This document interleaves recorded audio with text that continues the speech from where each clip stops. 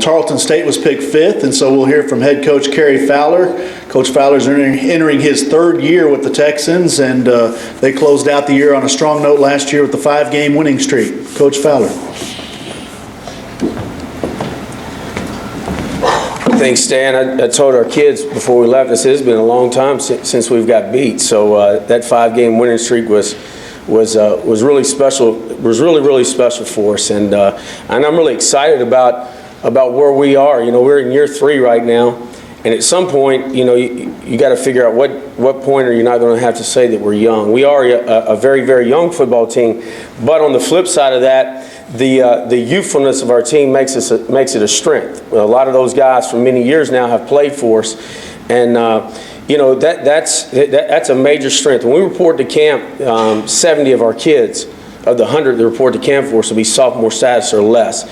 So that really excites me as the head coach to understand, you know, where our future is, and knowing some of the rules that have changed with the NCAA and the transfer rules coming out of junior college. It really kind of sets us up for what I think will be pretty good over the next few years, as we won't have to be looking and reaching those because we have some kids on campus that we're raising our own.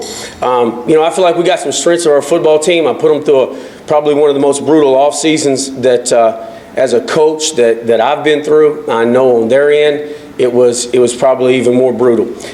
You know, we started off in the early mornings practicing at 5 o'clock in the morning. We started most every one of our spring practices and pads, and even scrimmages, our kids were reporting to the training room at 4:45 a.m. And we went the entire semester, or during the spring practice area, went that whole entire time, and we didn't have one kid late at 4:45 reporting to the training room. So the commitment that those kids are showing to us has been phenomenal. And you know, that's, you know, usually if you start early in the morning, sometimes you wonder, you know, what direction would that go? But you know, they've made a commitment this summer that you know, we've got over 70 kids on campus right now, and you know, they're out there. We got some veterans that they're on our team that are leading them, and you know, they got position drills, and they're coaching each other, they're teaching each other. It's phenomenal. I guess in a few days they'll get screwed up when actually the real coaches get to go out there and coach them, because they're probably doing better without us right now. But I'm really excited about the team. I'm really excited about this team that we got to take the field this year. Probably the weakness of our of our team is our youth. I mean, we make mistakes at sometimes that in certain situations that hurt, and we've got to learn to even though we're young, we got to learn not to make young mistakes. And I think that's a point of emphasis going into camp that we're going to make is we're not going to make, you know, we're going to hone in on those young mistakes. You know, we led the league in penalties. But when you lead the league in penalties, you have to go back and look and see what it was. And it was the youthful mistakes that we were making. It was jumping off sides. It was lining up in the neutral zone. I mean, heck, we kicked the ball out of bounds 8 times. I asked our kickers, I said, is somebody going to hit you in the head with a hammer? I mean, nobody's there to even hit you. Just kick the ball down the middle of the field. We made those kinds of mistakes. And, Coach, you know, anytime you're starting at the 40 in this league with the offense, those mistakes can't happen. And that's where our penalties were. You know, it wasn't on the other end. And we've got to get better in those areas.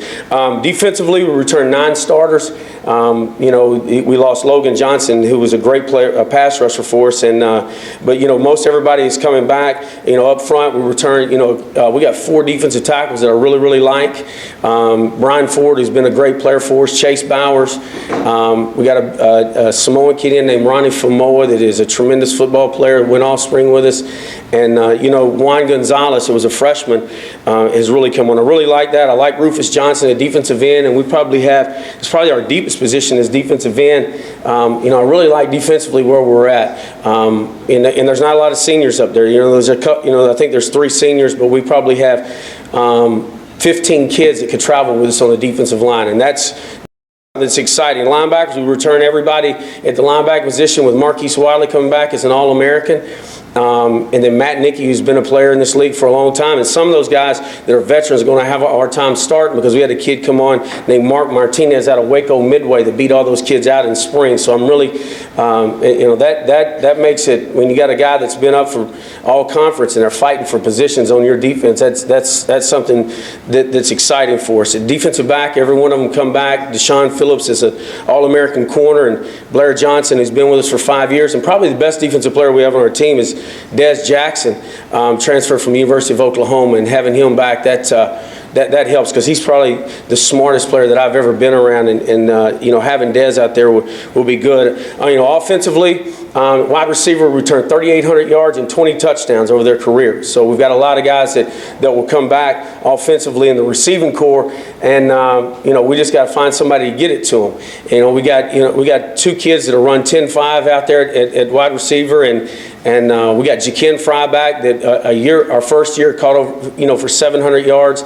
We had hip surgery last year, missed the entire season, so getting him back with Clifton Rhodes, and I brought Arthur Buckingham with me today, and what a great player you've been at Tarleton, and some of those guys have seen him make great catches in the fourth quarters and bring us and come from behind wins. He's been the holder and will be finishing his master's degree this semester. Has been a great guy to have on and his senior leadership has been phenomenal. Running back, we got a kid named Jerome Regal back that played for us as a freshman. I think at Midwestern he had over 100 yards in the fourth quarter. Had some issues, had to leave the team last year.